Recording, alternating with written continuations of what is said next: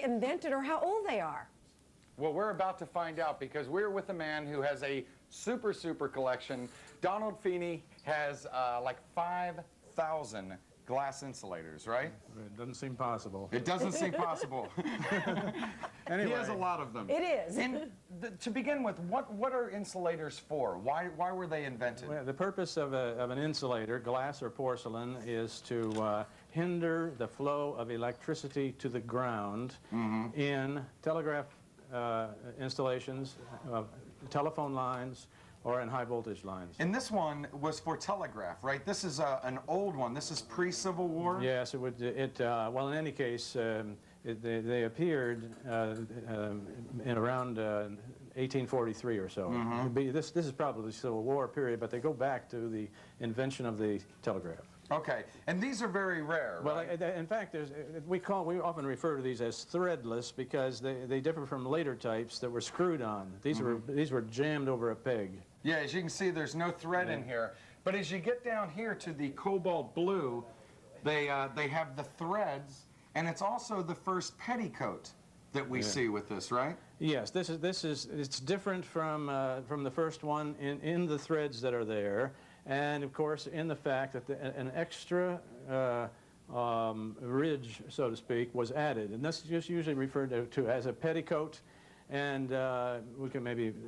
And that was for what? Why did they have the petticoat? That made it harder for the rain to get up inside that insulator and go down the peg down the pole to the ground.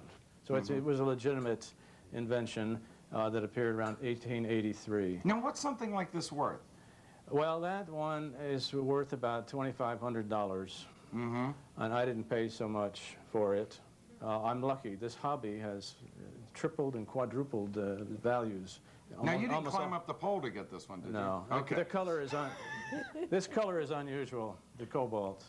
Now, look over here. We have a different design. This is the helmet, the Russian helmet? Not Russian, Roman. No, Roman. I'm sorry, the Roman helmet. These are nicknames, you know, and this particular one is an early cable type. The cable rests here, then the tie wire comes around the bottom here and pulls it up tight, and it can't get lost, that cable. Now tell us about this. And then this is a highly valuable piece because of the logo for Hawley Insulator Company, and I paid like $600 for it, rather a lot for a professor. It's now worth $2,500. Okay, and we have something over here that's, this is called the Mickey Mouse. Nicknamed by collectors as the Mickey Mouse type.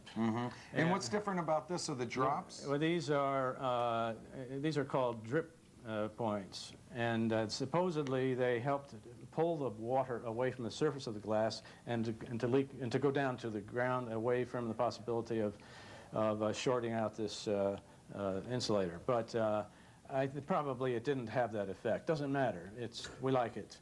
This is carnival glass, a fairly common color and surfacing. Now, were these commonly used? Were they actually used? This one here happens to be a probable fake, but it doesn't matter. It's great.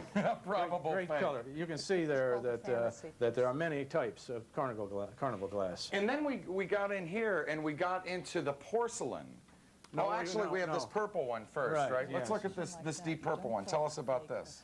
Well, this is a two-piece transposition type, and this was to eliminate what? The two pieces. The purpose is to eliminate crosstalk in old telephone lines, and the idea is that by crossing the wires every several hundred feet, you would in fact blank out that crosstalk. So one wire would wrap one here wire and go this would be way. tied here, and the other one up here, and would go in that direction.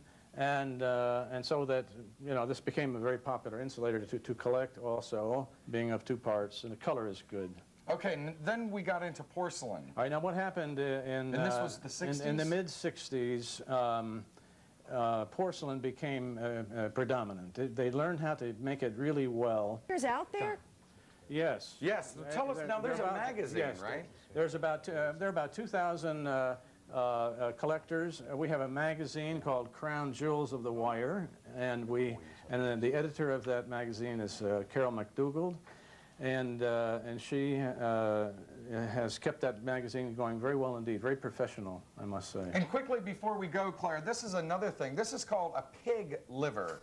And as you can see, a wire can run through here, and then as well, another wire can run through there. They're used on guy wires. On guy And they're wires. not like these other pin types. But as you can see, there are some also huge ones that Don has collected here, which are for higher voltage, right? Right, yes, yeah. And that's a look at just a couple of his incredible collection of glass insulators.